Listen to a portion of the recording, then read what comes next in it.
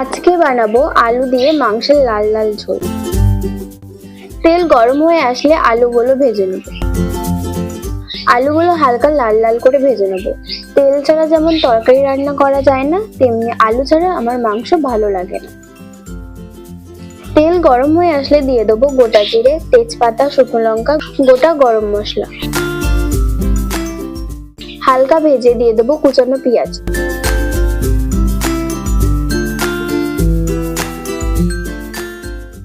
পেঁয়াজটা হালকা লাল লাল করে ভেজে নেব।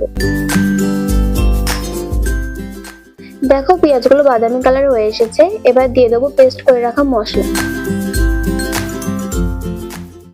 মশলাটা খুব ভালোভাবে কষিয়ে নেব।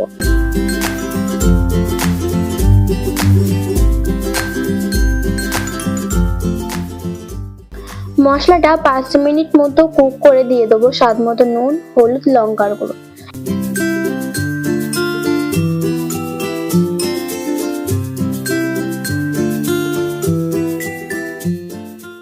খুব ভালোভাবে মশলাটা কষিয়ে নেব। মশলাটা ততক্ষণ কষাবো যতক্ষণ না মশলা থেকে তেল ছাড়া শুরু করবে। এবার দিয়ে দেবো টমেটো কুচি।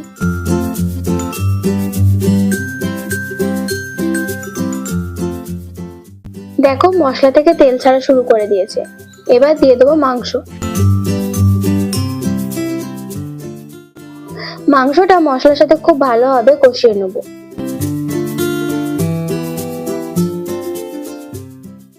এবার মাংসটা 3 মিনিটের জন্য ঢেকে দেবো। দেখো মশলা থেকে তেল ছাড়া শুরু করে দিয়েছে। এবার মাংসটা খুব ভালোভাবে কষিয়ে নেব।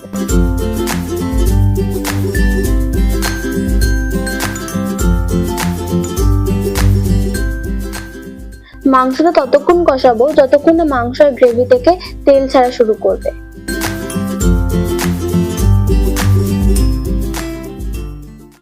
এবার দিয়ে দেবো আলু। আলু দিয়ে 2 মিনিট মতো কষিয়ে নেব।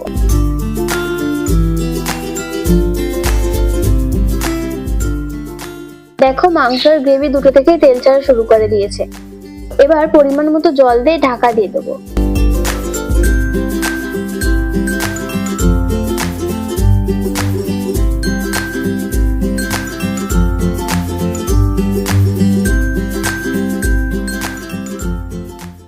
মাংসের রংটা কত সুন্দর এসেছে তাই না? সবার শেষে গরম মশলা দিয়ে গ্যাসের ফ্লেম বন্ধ করে ঢাকা দিয়ে রাখবো। ভিডিওটি ভালো লেগে থাকলে অবশ্যই চ্যানেলটি সাবস্ক্রাইব করে ভিডিওটি লাইক করে দেবেন আর কমেন্ট করতে একদম ভুলবেন না।